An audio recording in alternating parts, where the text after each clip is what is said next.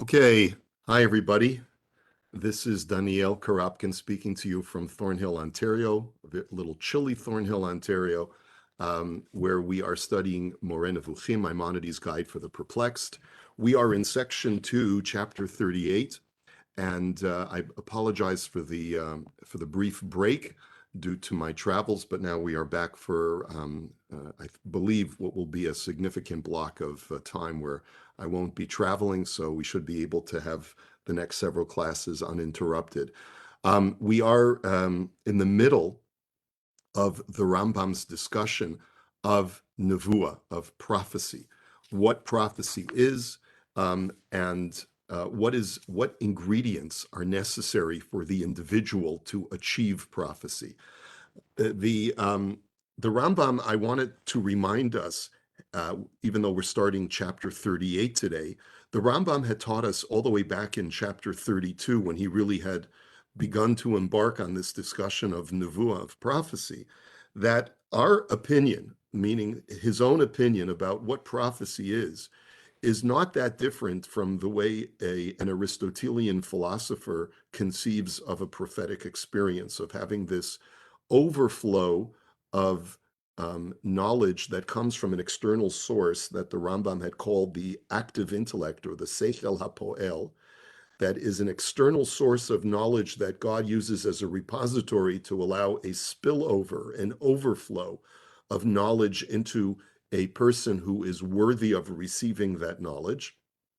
And a person, provided that he is endowed with both innate talent from his nature, from his birth, plus he works upon himself in order to develop those God-given talents, that person will be able to achieve prophecy.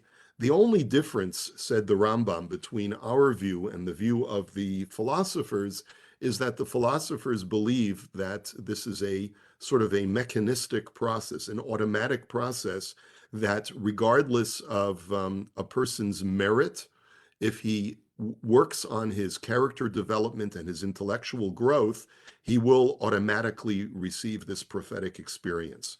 The only point where we disagree upon, says the Rambam, is that we believe that it is God's decision ultimately to decide whether a person is worthy of receiving a prophecy. God can always block this process of receiving external knowledge that we call prophecy if God deems it appropriate. But essentially, for all other purposes, the prophetic experience is essentially the same. And because it is an intellectual endowment, according to the Rambam, it is something that requires those two things, nature and nurture, both being born with certain God-given intellectual talents and also developing oneself both through character and intellectual growth in order to be able to reach that level of prophecy.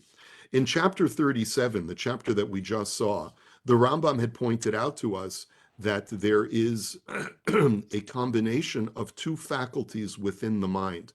And of course, these sort of depictions of brain science seem somewhat archaic to us, but this is the way the Rambam classified or categorized two different parts of the human mind. There is the rational faculty, and then there's the imagination faculty. And the way that prophecy takes place is that the active intellect spills over an idea, an abstract idea, into the rational faculty. And from the rational faculty, that abstract idea spills over into the imagination faculty, where it's the rational faculty is where a person processes abstract ideas like mathematics and logic. And then that idea spills over into the imagination faculty, where a person is able to conjure images. And that's how a person has the image of a prophetic vision, through this process of spillover from the rational faculty to the imagination faculty. That's going to be relevant to our discussion today as we get later on into the chapter. But first, I want to discuss sort of the two vital ingredients of character, not so much character, perhaps maybe of personality constitution that the Rambam says are necessary in order for a person to be an effective prophet. And the two ingredients are courage and intuition. Now, it's important to understand why the Rambam feels that those two uh, I guess, personality traits are important. A person has to be born innately with a certain propensity towards courage and intuition, and then a person has to develop those character traits over the course of a lifetime in order to be able to achieve prophecy. It seems for the Rambam that courage is what's needed in order to move forward and be able to, number one, be willing to receive information that may be somewhat unpleasant, and also to go ahead and share that information with others, despite the fact that it may be an unpleasant experience to share information with others especially when that information is not something they wish to hear. And so that is certainly an important character trait, because if a person is very intellectually worthy of receiving prophecy, but they're a coward, then they will be afraid to try and share that information with others, and will therefore not achieve the prophetic experience that God desires them to achieve, which is to share certain knowledge with other people. The other faculty, or the other trait that a person needs to possess, is intuition. And what the Rambam seems to mean by intuition is this ability to connect the dots and to surmise what's going on, even when you don't have all of the evidence.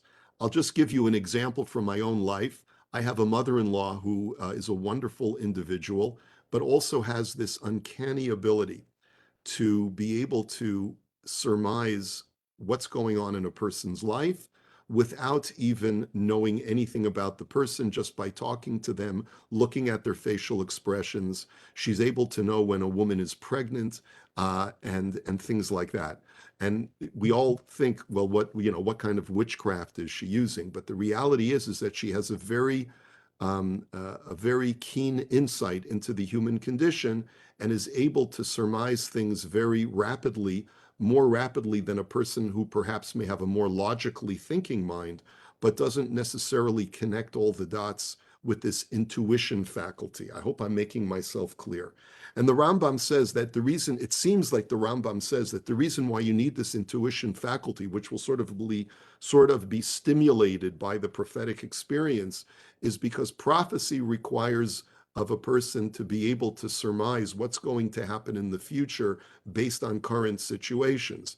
And when you receive this endowment from the active intellect, it almost seems like you are getting supercharged, that anything that you naturally possess gets supercharged, so that if a person would have a non-prophetic intuition about what's going on in the world and what's going to happen, the overflow from the active intellect gives you this a greater sense of clarity and vision about what's going to happen in the future.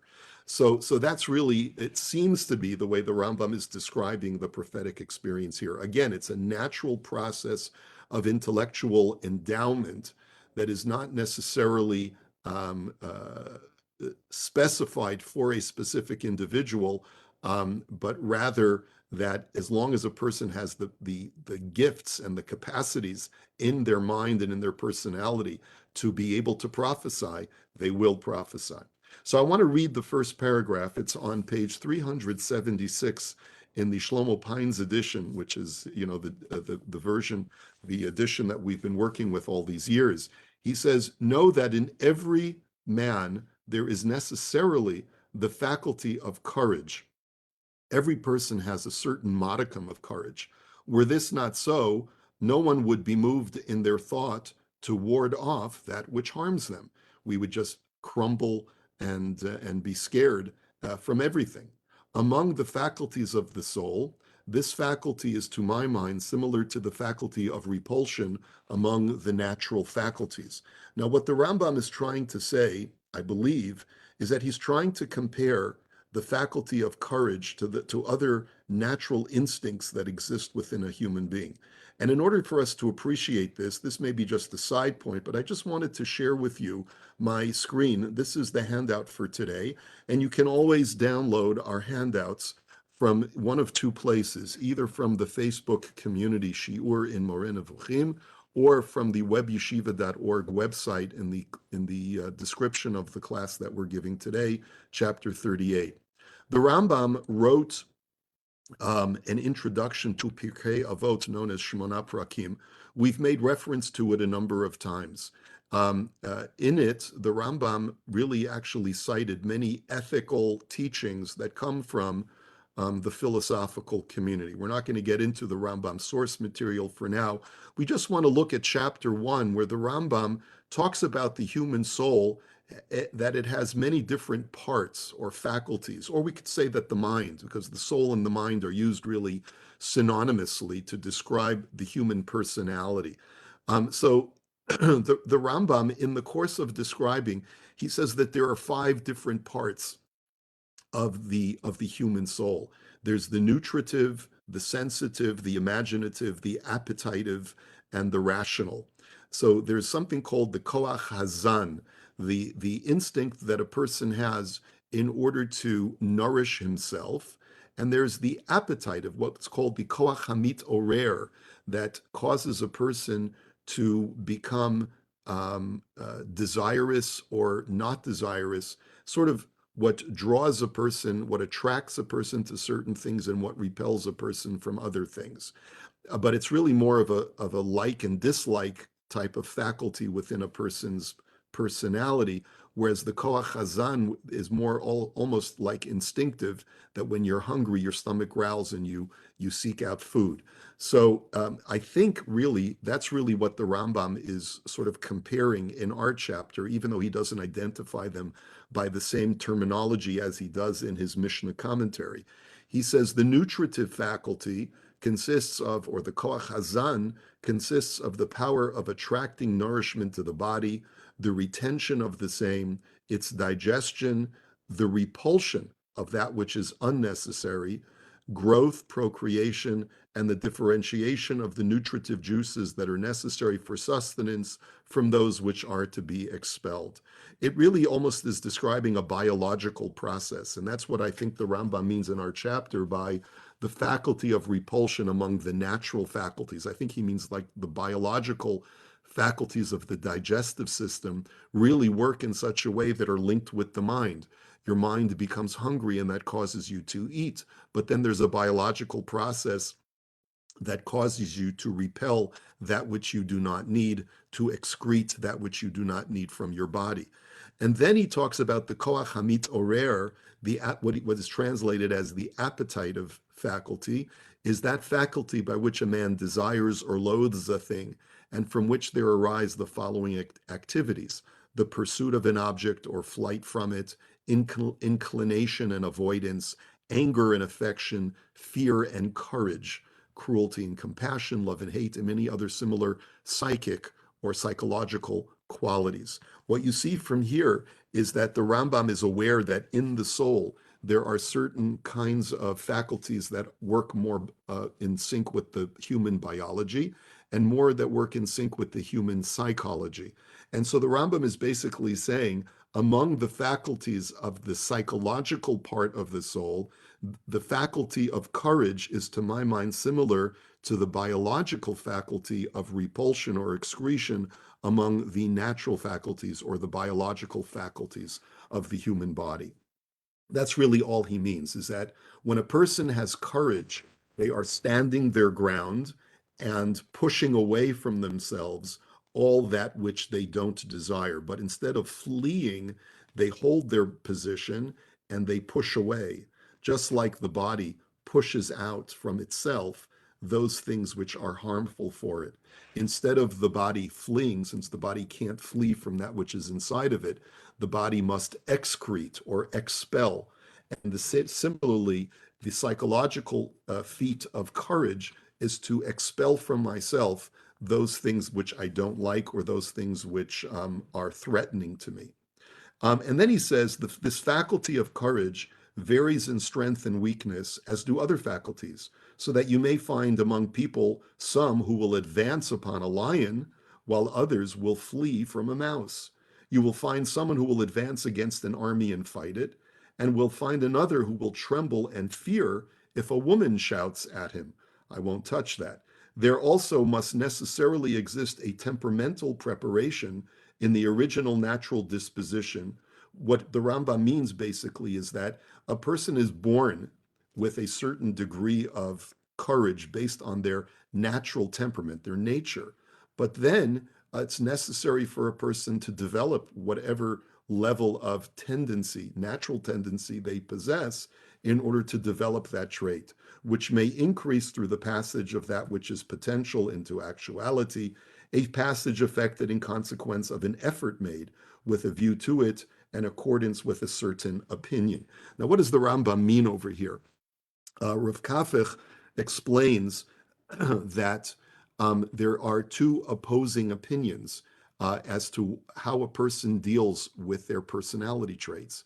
There are those certain philosophers who believe that when you're born with a certain predisposition to a certain type of behavior, you have no choice. You're helpless. There is, as a matter of fact, we know that from other writings that there was a certain group of mutakalimun, of kalamists in the Rambam's lifetime, who were determinists. And we learned about this at the end of section 1 of the Moreh Nevukhim. They believe that everything is predetermined by God, and therefore the human being really doesn't even have free will. Whatever you're born with, whatever character traits you're born with, you're stuck with. And therefore, if you're born as a meek and cowardly person, we can't expect you to change and to hold your ground against an enemy. However, the Rambam says he doesn't subscribe to that. The Torah tells us that people have free will, even though every person is born with predispositions. Everyone has the ability. If, let's say, I have a very low degree of courage that I'm born with naturally, I can attenuate and develop those traits until I become more and more courageous. This is what he's essentially saying. It may also diminish through a deficiency of exercise and in accordance with a certain opinion. Similarly, a person may be born with a very healthy dose of courage, but let's say is abused, unfortunately, as a child and is beaten down. That trait of courage and being able to stand up to others may be in some way beaten out of the individual. And that's a very tragic situation. The abundance or the weakness of this faculty in the young is made clear to you from their infancy. In other words, you look at small children and you know that some children naturally recoil and cry and run away from scary things. And then there are other children who will pick, when they see something scary on the screen, will pick up a stick and want to fight against it, right? And as a matter of fact, Rav Kafich quotes a Gemara in Masechet Brachot that says, "Butzin mikatve yadia," that in the Gemara talking about small children, you always know what a child will grow up to be like when you see them in their infancy, because there are many inborn tendencies that a child cannot conceal. And so it's the language of the Gemara is that the large pumpkins or gourds are recognizable even from when they're small little saplings, because you can tell that something's going to be very robust and healthy even when it's a sapling. And so that's the first part. And then the Rambam writes that similarly, so you have the one faculty that you need is the faculty of courage. Now, why is he talking so much about courage? Because as we're going to see, courage is an ingredient that is necessary to be developed within the individual in order to fulfill their prophetic destiny. Similarly, the faculty, I'm not really happy with the word divination that Pines uses. I'm calling it intuition, or perhaps another good English word would be prescience, prescience. The ability to sort of foretell or foresee based upon a certain non-logical or non-scientific series of mental processes that allow you to have some kind of insight. Really, that's what intuition is. And that exists in all people, but varies in degree. It exists especially with regard to things with which a man is greatly concerned and about which his thoughts turn. Thus you will find in your soul that so and so spoke or acted in such and such a manner and in such and such an episode, and the thing is really so. You may look at someone and suspect that they may have said something or done something, or like my mother-in-law can tell when someone is pregnant just by looking at them or just by hearing the tone of their voice. You will find among people a man whose conjecturing and intuition are very strong and habitually hit the mark, so that he hardly imagines that a thing comes to pass without its happening wholly or in part as he imagined it. The causes of this are many. They are various anterior, posterior, and present circumstances that allow a person to come to these intuitive conclusions. But in virtue of the strength of this intuition, the mind goes over all these premises and draws from them conclusions in the shortest time, so that it is thought to happen in no time at all. In virtue of this faculty, certain people give warnings concerning great future events, almost like a sixth sense, is what I would say. And therefore, to get to the punchline, bottom of page 376, these two faculties must necessarily be very strong in prophets. I mean, the faculty of courage and the faculty of intuition. When the intellect overflows toward them, meaning that when a person receives this overflow of intellectual endowment, these two faculties become very greatly strengthened so that this may finally reach the point you know. And then the Rambam says that the perfect example or paradigm for a prophet is Moshe Rabbeinu. And because Moshe Rabbeinu had these two qualities, he was able to be the greatest of all prophets. And he says, namely, the lone individual, having only his staff, went boldly to the great king in order to save a religious community from the burden of slavery, and had no fear or dread, because it was said to him, Ki eheyeh imach, that I will be with you. When God appeared before Moses at the beginning of Exodus and told him that I am sending you to Paro, and you should not fear because I will be with you, this gave Moshe the necessary courage in order to be able to go before Paro and also to portend to him what was going to happen, even though, and this seems what the Rambam is trying to point out to us, is that Moshe's intuition was necessary in order for him to know exactly how the plagues would play out.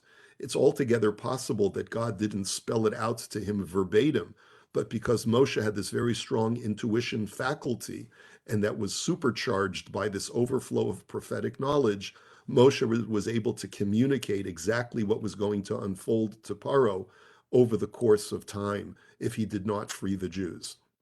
And then the Rambam writes that these two faculties existed, especially the faculty of courage, existed among our other famous prophets, such as Jeremiah and Ezekiel. He quotes from the first chapter of Yirmiyahu that God says to Yirmiyahu, Al tira mipenehem, ki itacha ani lahatzilecha nu'um Hashem. Do not fear from any of your enemies or those who would oppose you, because I will be with you to save you.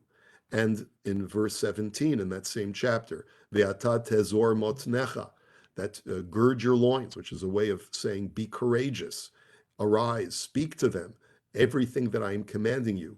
Al techat mipneim, do not tremble from them, that lest I cause you to stumble if you do.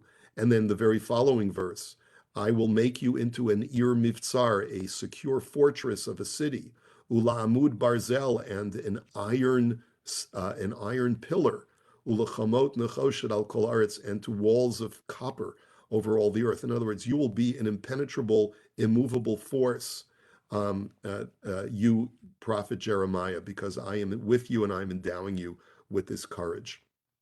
And similarly, Yechezkel, God says to him, Va'ata ven Adam in chapter 2, Al tira mehem, you son of man, do not fear from them. Umidivrehem al tira, all of your opponents, do not be frightened, because I will be with you. They are the rebellious ones, and you are coming in the name of God.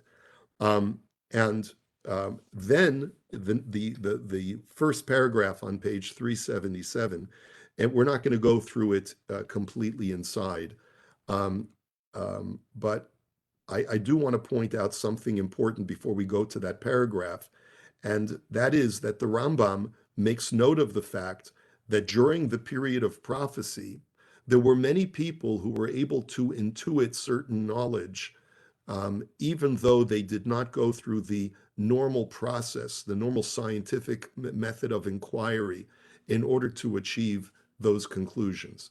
The Rambam actually codifies this in Hilchot Kiddush HaChodesh, Perek Yud Zayin Halacha Chaf Daled. When the Rambam talks about where did the rabbis get their knowledge from in order to be able to know all of the mathematics and astronomy, to know when Rosh Chodesh would fall out, when they stopped using visual sightings of the new moon in order to declare the new moon, but they rather came up with this intercalated calendar which reconciles the solar and the lunar calendars and has a 19-year cycle and is done with great intricacy and great mathematic and astronomical knowledge. Where did they get this knowledge from? And the Rambam actually says to us, it really doesn't matter whether it came from the Greeks, this knowledge, or whether it came from the sages. We do know, he says, he says, Aval hasfarim shechibru chachmei Yisrael shahayu bimei hanaviim mibnei Yisachar lo higiu eleinu. The Rambam makes a reference to works of science that were composed in the times of the prophets from a group of people from the tribe of Yisachar. Now, where does the Rambam know this from? He knows it from a passage in Divrei Hayamim, that which says, Umi b'nei Yisachar yodei vina la'itim, that there were members of the tribe of Yisachar who were very, very wise and were able to make certain calculations, scientific calculations of times, of knowing how to mark the calendar. And as a matter of fact, the Talmud in Masechet Megillah tells us that King Achashverosh, when he was consulting his wise men as far as what to do regarding his wife Vashti, it says that the wise men that he consulted were the wise men of the tribe of Issachar because they were known to be wise men. And apparently they composed books that contained a lot of scientific knowledge. And the Rambam says, where did they get this from? Well, the fact of the matter is that they didn't have access to certain technologies and scientific knowledge because those were things were not to be discovered until a later era. But the reason why they had access to this information is that many of them had this prophetic intuition, this supercharged intuition that was granted to them in the times of the Nevukhim. This is what the Rambam says is how certain areas of knowledge were known in the ancient world long before they became accessible to us in his time, in the medieval world, and perhaps that's true in the modern world as well. And so this is the point he says in the last sentence at the top of page 377. Also, because of the abundance of the faculty of intuition in them, they gave information regarding future events in the shortest time, not necessarily knowing how things were going to work. So anyway, but then we go to the next part of this chapter where the Rambam says that, remember, there are two components to the mind that we've talked about. We've talked about the rational faculty and we've talked about the imagination faculty. If a person has an intuition ability to be able to know future events, to see visions of what's going to happen in the future, then it also stands to reason that they are able to grasp certain scientific ideas that would normally take a very long time in a certain logical sequential process of a methodology in order to arrive at certain conclusions. But like these Bnei Yisachar, it is possible for people who are endowed with prophecy to be able to come up through this supercharged intuition to come up with certain scientific knowledge that is well beyond their age because of this sort of intuition faculty that has been supercharged. And the Rambam says the reason why is because really the imagination faculty and the rational faculty go together. Especially, he says, and we're going to skip to the second part of that paragraph, this should be even more fitting for the rational faculty. If a person's able to have a supercharged intuition because of prophetic abilities to be able to have visions of the future, they should surely be able to have access to knowledge that is well beyond them in the area of science and logic, the abstract ideas. For the overflow of the active intellect goes in its true reality only to it, that is, to the rational faculty, causing it to pass from potentiality to actuality. It is from the rational faculty that that overflow comes to the imagination faculty. So if the whole method of overflow starts in the rational faculty and only ends up into the imagination faculty, then it stands to reason that if the imagination faculty, which is able to have visions of the future through prophetic endowment, is able to have that vision, then certainly it has to first pass through the rational faculty, and that is what causes the human being to be granted intuitive knowledge about certain areas of science and logic that he would normally not have access to. Okay, and this is this is therefore what the Rambam says. How then can the imagination faculty be perfected in so great a measure as to apprehend what does not come to it from the senses, without the rational faculty being affected in a similar way, so as to apprehend without having apprehended by way of premises, inference, and reflection? Okay, I want to get us to the end of the chapter. And the last thing that the Rambam points out in this chapter is that only real prophets can experience this overflow, not people who delude themselves to be prophets. And here the Rambam is referring back to what he had said in chapter 37. If you recall, in the last chapter that we studied together, there are three kinds of people: those who have a very strong rational faculty, those who have a very strong rational and imagination faculty, and those who only have a strong imagination faculty. And this third group, the Rambam said, are people who he said are the lawmakers, the politicians, the psychics, the seers, the dreamers of genuine dreams, and wonder workers. He had said that these people sometimes delude themselves into believing that they're prophets when they're really not.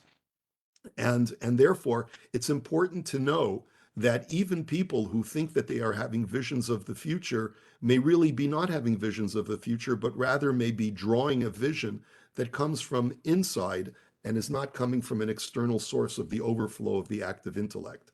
Accordingly, and I'm just reading from page 378, when they void and annul many of their imaginings, the traces of these opinions remain alone and become apparent to them. In other words, a person may focus on a certain specific idea that originated in their own mind and block out all of the other images that they have conjured in their own mind and think, therefore, that that image came to them from an external source.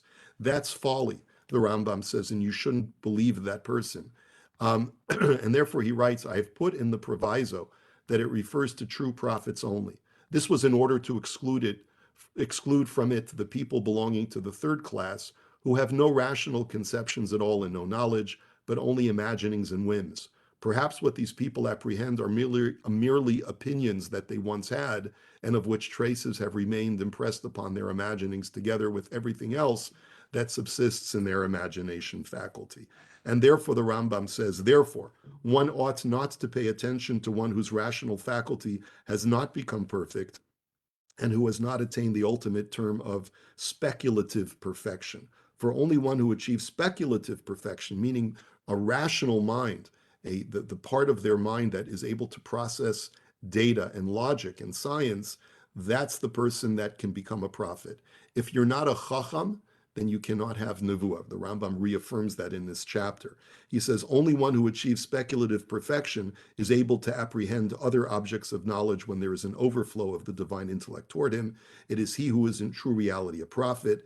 This is explicitly stated in Psalms, that the prophet possesses a heart of wisdom. It says here that one who is a prophet in true reality has a heart of wisdom. You cannot be a Navi unless you are truly wise. And he says, this is something you need to know. Once again, the Rambam of confirming and reaffirming and reinforcing the idea that nevuah, that true prophecy, is a product of one's mental faculties and is not simply an endowment to a righteous individual who has not worked on themselves intellectually. Okay, this is where we're going to hold it for today. And I want to thank you for joining us. And Be'ezrat Hashem, we will pick this up next time. Have a good day. And once again, Chanukah Sameach.